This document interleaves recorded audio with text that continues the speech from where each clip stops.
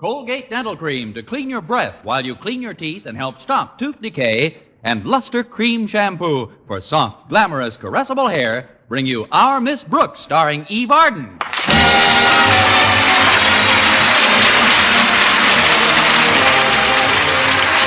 time once again for another comedy episode of Our Miss Brooks under the direction of Al Lewis. Well, Madison High School instituted a course in automobile driving a short time ago, and our Miss Brooks, who teaches English there, was put in charge. She's had over a week to get used to her additional duties, but she still isn't very happy about them. And why should I be? Most of the students who enroll in the course take one lesson and then drive as if they're on the Indianapolis Speedway. As a teacher, I've never minded marking my pupils, but I have a definite aversion to having them mark me. Last Thursday at breakfast, my landlady offered a few consoling remarks. I know it's a lot of additional work, Connie, but think of the satisfaction involved. Not just to you, but to the entire profession. You mean the medical profession? No, the teaching profession. Look what you're doing to help the traffic problem. Well, I have eased the traffic problem a bit. Since I started teaching, there are at least 10 fewer cars on the road. It's not only traffic, Connie. Your students learn courtesy to pedestrians, too. Oh, you're right about that, Mrs. Davis. That's one thing I absolutely insist on. Each of my pupils must take a half hour off to visit the hospital his particular pedestrian is in. You can kid if you like, Connie, but you're doing a fine service, and you should enjoy doing it. I wonder how you'd enjoy teaching a student like Stretch Snodgrass, Mrs. Davis. Is it difficult for Stretch to drive a car? It's difficult for Stretch to spell car. He almost got me into a real jam the other day. We got into some heavy traffic, and I asked him to let me have the wheel. How did that get you into a jam? He took it off and handed it to me.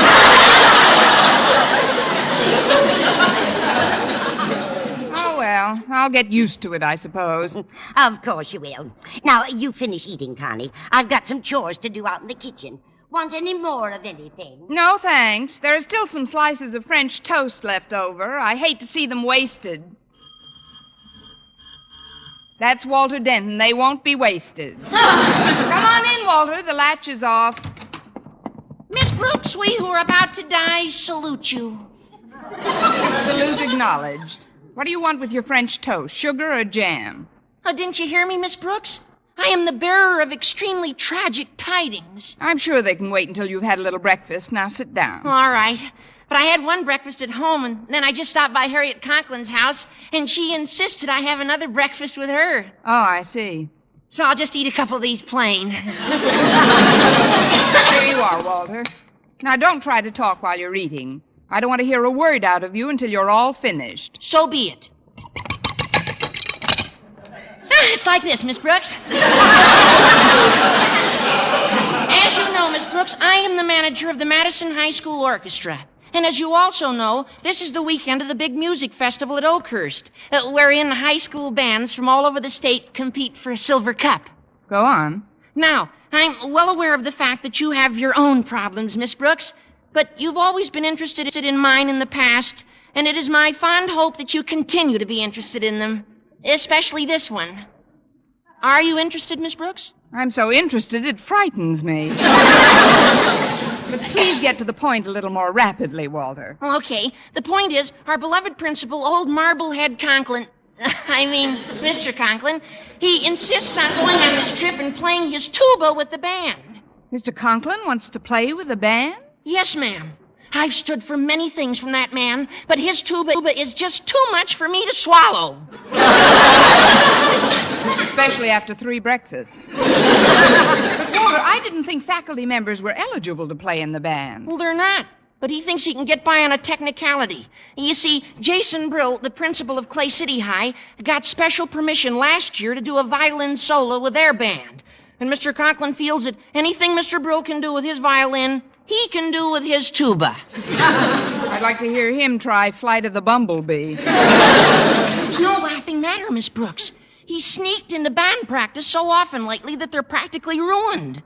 Unless they get to practice by themselves in Oakhurst, our chances for winning are sub-nil. That's about as poor as chances can get. Is the band going up to Oakhurst after school today? Yes, ma'am. And you've got to see that they go without Mr. Conklin and his 39 pounds of stale plumbing. But why me, Walter? Because someone very near and dear to your heart has the interest of the band very near and dear to his heart. You mean? None other. Since when is Mr. Boynton so interested in music? Well, since he bet Mr. DeWitt, my history teacher, that Madison would win the band contest. But Mr. Boynton doesn't bet. He's opposed to gambling. He won't take a chance on anything. More's the pity. Oh, he didn't bet money, just a new hat. Mr. Boynton doesn't wear hats, Walter? The hat isn't for him, it's for you. He wants you to have it for Christmas. Of course, I just happen to be eavesdropping at the proper time. This is all a big surprise. Yes, it is, wasn't it? I'd like to see the band win the contest, too, Walter. Hat or no hat. Mr. Boynton or no Mr. Boynton. Let's not go overboard. But what I'm trying to say, Walter, is this. How can we keep Mr. Conklin from playing in Oakhurst with the band? There's only one way, Miss Brooks. By sabotaging his tuba. That's a very hard instrument to replace. After all, tubas don't grow on trees. It's a good thing they don't. If Isaac Newton had been hit by a tuba instead of an apple, we wouldn't have any gravity today.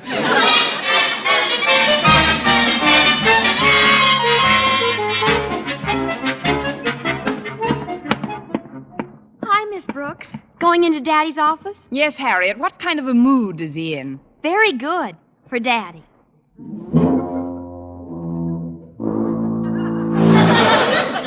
He's practicing on his tuba. I just came out of his office. With that wind behind you, I'll bet you came out faster than you went in. Daddy got a new teacher last week. He's really working at it this time.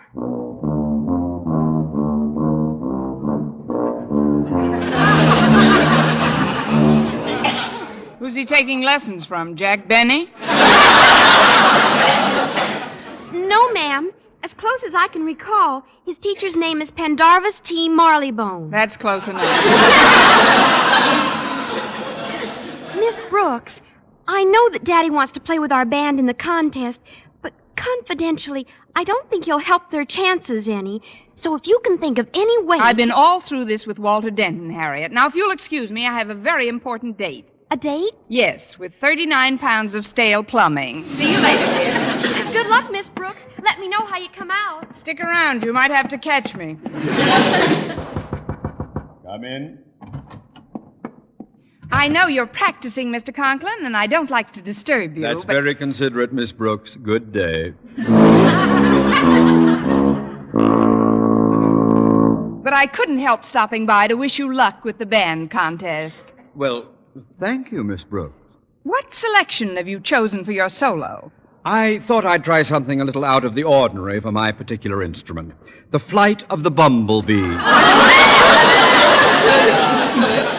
Do you think that would be effective? Oh, yes, sir. That should really knock 'em deaf. Dead. Mr. Conklin, if I keep very quiet, would you mind letting me stand here and listen to you practice? There's time before my class begins. I didn't know you were so interested in music, Miss Brooks. Oh, yes, indeed. And the tuba's my favorite instrument. Really? Since when? Since I first heard you play one. I'll never forget that day, Mr. Conklin. It was about 6 weeks ago. I passed by the music room, and you were playing the beautiful Blue Danube. But how can you remember so clearly? The rest of the band was playing Kiss Me Again. That is, they soon realized their mistake, and you all played beautifully together. So much so, Mr. Conklin, that lately I've been thinking of taking up the tuba again. Again? Yes, sir. I took several lessons on it when I was a little girl.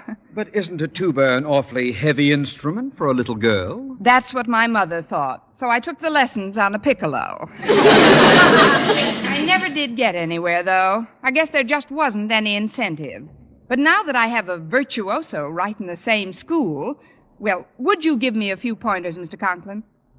Well, Miss Brooks, I have a friend who played the tuba with the Philharmonic. I could ask him, I suppose, but I figure why take lead when you can get platinum? Oh, you're so right. What would you like to know, my dear? Well, I'm afraid we'll have to start with the fundamentals. It's been months since I was a little girl.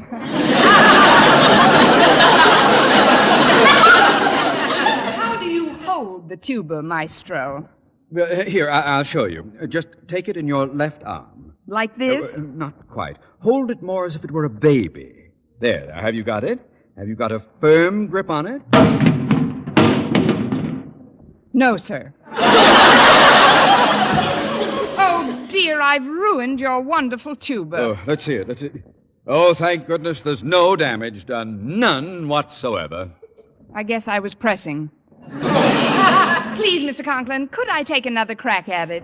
I mean, would you show me the proper way to hold it? But I've told you, Miss Brooks, hold it like you would a baby. Like this? Yes, only not so high. And you've got to have such a much firmer, careful, Miss Brooks. If that's how you'd hold a baby, it's a good thing you're not a nurse. Is your beautiful tuba ruined this time?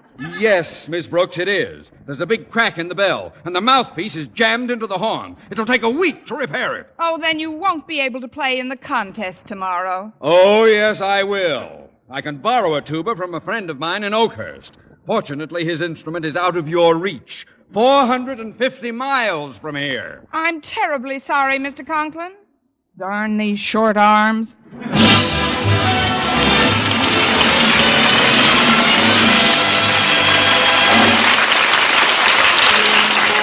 Brush your teeth with Colgate. Colgate Dental Cream. It cleans your breath. What a toothpaste. While it cleans your teeth. Colgate toothpaste. Cleans your breath. What a toothpaste. While it cleans your teeth. Colgate Dental Cream cleans your breath while it cleans your teeth. And the Colgate way stops tooth decay best. More than 2 years' research showed the Colgate way of brushing teeth right after eating helps stop more decay for more people than ever before reported in dentifrice history. Yes, the Colgate way stopped tooth decay best. Better than any other home method of oral hygiene. No other dentifrice, ammoniated or not, has proof of such results. And you should know that Colgate's, while not mentioned by name, was the one and only toothpaste used in the research on tooth decay recently reported in Reader's Digest. So always follow the Colgate way to clean your breath while you clean your teeth and stop tooth decay best. Brush your teeth with Colgate. Colgate Dental Cream. It cleans your breath. What a toothpaste. While it cleans your teeth. And the Colgate way stops tooth decay best.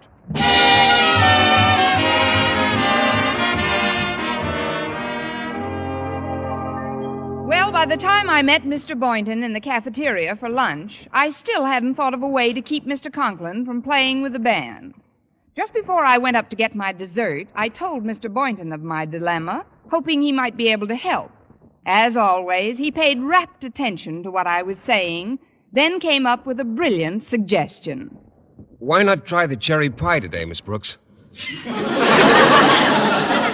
Either you haven't been listening, or I've been talking through my lima beans. What I'm trying to say, Mr. Boynton, is that so far Mr. Conklin is still going to perpetrate his tuba with the school band. Well, there must be something we can do to stop him. This means quite a bit to me personally.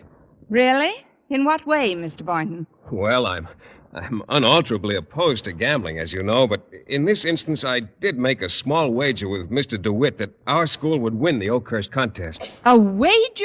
You didn't. It's just the price of a new hat. Oh, what a cute idea. How much does the bet amount to in cash? Oh, it isn't important, really. Just the thought behind it that counts. That's very true, but just for kicks, how much money is at stake? Well, $2.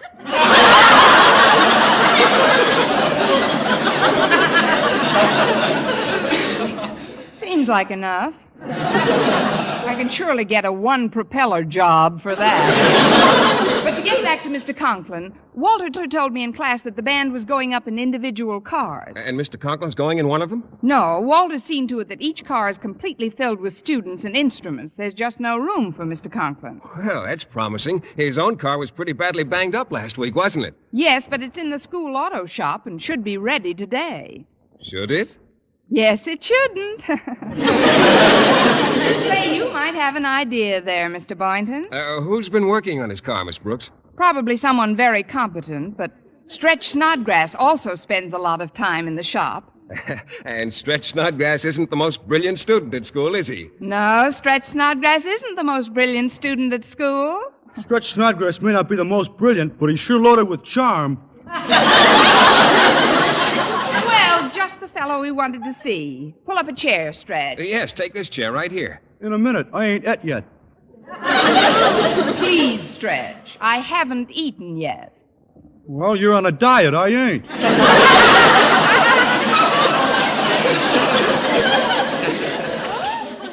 Gosh, I can't decide what to take today. I'm in a real mental quarry. Please, one marblehead in school is enough. What's the reason for your quandary, Stretch? I can't decide whether to take the chicken a la king, the lamb stew, or the meatloaf. Why don't you wait till tomorrow and take the corned beef hash? Then you'll get all three. Say, that's a swell idea. Wait till tomorrow and get all three. Boy, you sure got plenty brains up there in your chromium.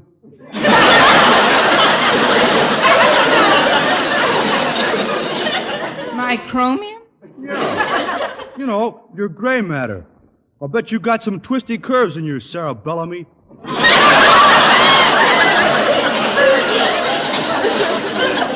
I guess my Sarah's as curvy as the next one. But, Stretch, what we wanted to ask you about was Mr. Conklin's car. Yes, is it all ready to roll?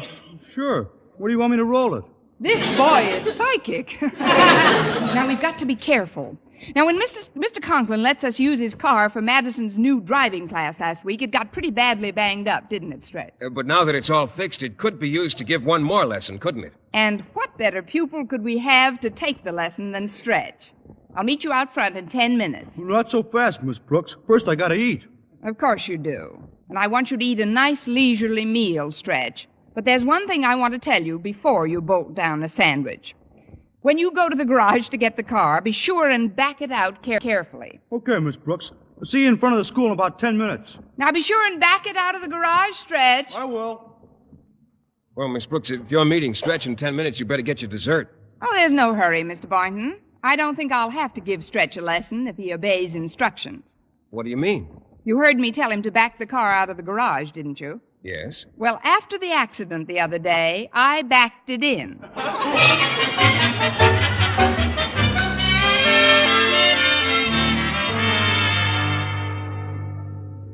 Miss Brooks, Mr. Boynton, I don't like to disturb your lunch, but I gotta talk to you. We're all finished, Walter. What is it? Well, I just came from the school garage. Mr. Conklin's been in to look at his car. How did he find it? He just scraped the back wall with a penknife, and there it was. Stretch Snodgrass did something horrible again. Good old Stretch. Now Mr. Conklin won't be able to drive up for the band contest. That's what you think. He's going on the 6 p.m. train. He'll be there first thing in the morning. But that'll be disastrous. If he gets to practice with the band, we're sunk. Don't I know it? Miss Brooks, we've got to put our heads together. You're right, Mr. Boynton. Goodbye, Walter.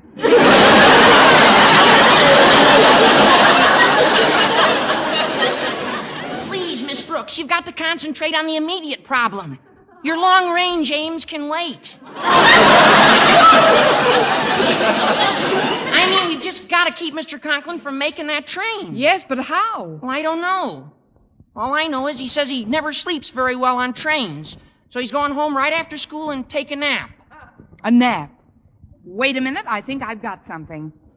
Come closer, Mr. Boynton. Yes, Miss Brooks? Still closer. Like this? Goodbye, Walter. Here's the idea. If he's going to take a nap, maybe we can set the clocks back in his house so that when he wakes up, he'll think it's much earlier and miss the train. But is that the only train to Oakhurst today? Definitely. Oh, what an idea. Miss Brooks, I'd give $100 for the right to x-ray the remarkable gray matter in your cranial cavity. Why, Walter, what a lovely thing to say about the cerebellum in my chromium.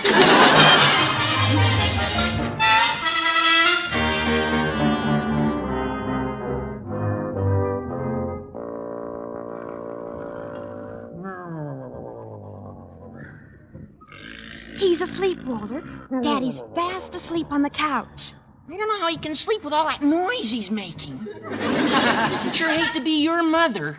I wouldn't like that arrangement either. Now, you set back that clock over there, and I'll take care of this one on the mantel. Okay, let's see. It's 10 after 5 now.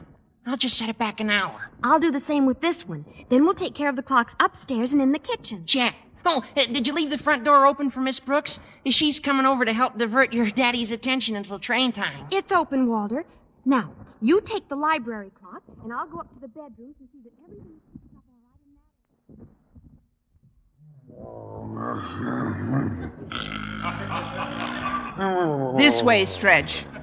Mr. Conklin's asleep on the couch. Good. Now, you want me to set this clock back an hour, right? Right. I'll set this one back on the mantel. There.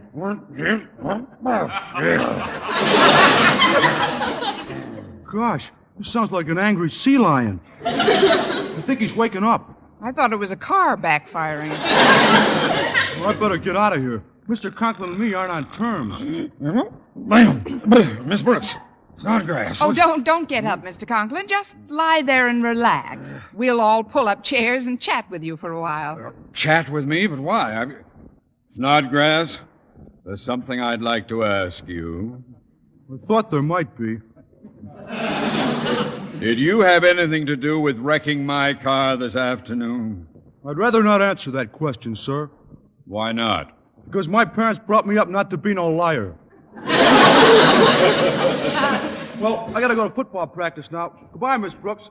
See you soon, Mr. Conklin, I guess. It's just as well he left. I shouldn't upset my temperament before the band concert. By the way, it must be getting toward train time. Oh, no, you've got loads of time, Mr. Conklin. Oh, what time is it? It's 3:15. See, by that clock over there? 3:15? That's peculiar. What's peculiar? As I recall, I didn't lie down until 3:30. Well, you know how swiftly time passes when you're sleeping. It might pass swiftly, but it doesn't pass backwards. Look outside. It's almost dark.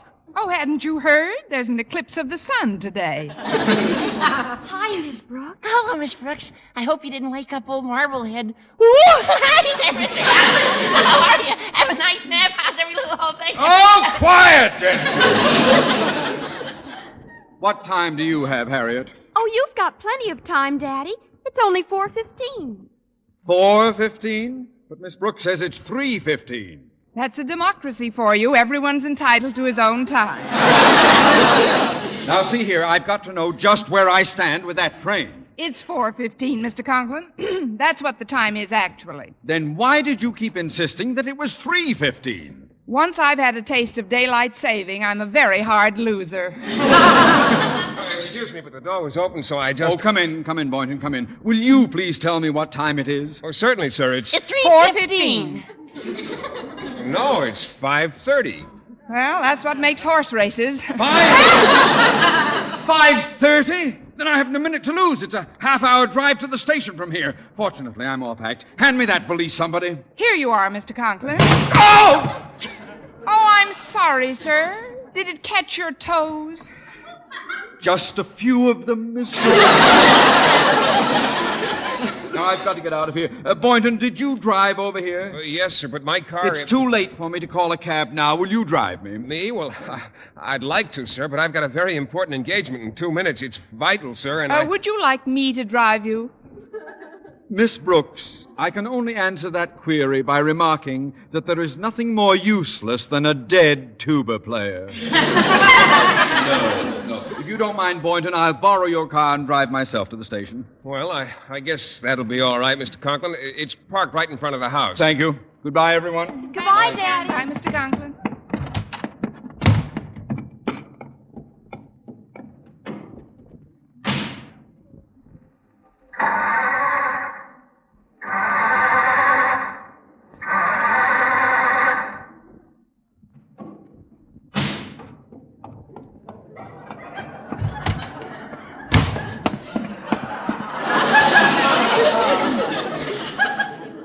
There's one more favor I'd like to ask of you, Boynton. Yes, Mr. Conklin? May I borrow the keys? Certainly. Here you are, sir. Thank you.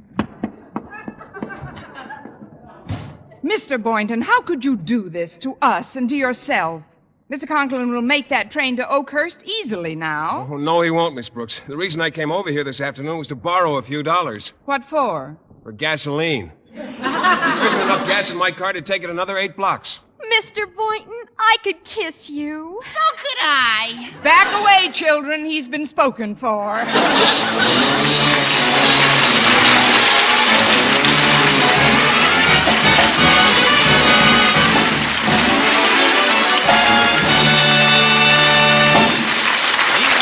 Our Miss Brooks returns in just a moment, but first... Dream girl, beautiful luster cream girl. Tonight? Yes, tonight. Show him how much lovelier your hair can look after a Luster Cream shampoo. Luster Cream, world's finest shampoo. No other shampoo in the world gives you Kay Daumit's magic blend of secret ingredients plus gentle lanolin. Better than a soap, better than a liquid, Luster Cream is a dainty cream shampoo. Leaves hair 3 ways lovelier, fragrantly clean, free of loose dandruff, glistening with sheen, soft, manageable. Even in hardest water, Luster Cream lathers instantly. So gentle, Luster Cream is wonderful even for children's hair. Tonight? Yes, tonight, try Luster Cream shampoo. Dream girl, beautiful luster cream girl. You owe your crowning glory to a luster cream shampoo. And now, once again, here is our Miss Brooks. Well, by dinner time, Mr. Conklin hadn't returned, and we assumed that Mr. Boynton's car had run out of gas, and Mr. Conklin had run out of time and missed the train to Oakhurst. But the next morning at breakfast, the phone rang, and Mrs. Davis answered. Hello? Yes? Who? Yes, just a minute. Honey, it's for you. It's a message from Oakhurst. Hello? This is Connie Brooks. What's the message, please?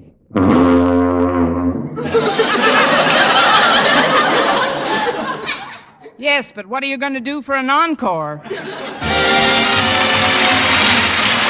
This is Vern Smith reminding you to tune in next week to another Our Miss Brooks show brought to you by Luster Cream Shampoo for soft, glamorous, caressable hair and Colgate Dental Cream to clean your breath while you clean your teeth and help stop tooth decay. Our Miss Brooks, starring Eve Arden, is produced by Larry Burns, written by Al Lewis, with music by Wilbur Hatch.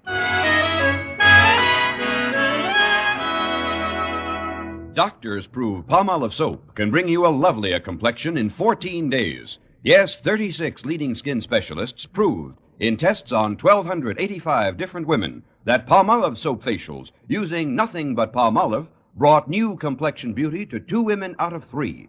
Just wash your face 3 times daily with Palmolive soap, each time for 60 seconds, massaging Palmolive's beauty lather onto your skin. Then rinse and pat dry. So start your Palmolive facials today. Remember, doctors prove Palmolive soap can bring you a lovelier complexion in 14 days. If you like mysteries that are as full of chuckles as chills, be sure to hear Mr. and Mrs. North every Tuesday over this same network. Don't miss the exciting and laughable adventures of these amateur detectives. Hear Mr. and Mrs. North every Tuesday night. And be with us again next week at this same time for another comedy episode of Our Miss Brooks. Bob Lamont speaking. Stay tuned now for Jack Benny. This is CBS, the Columbia Broadcasting System.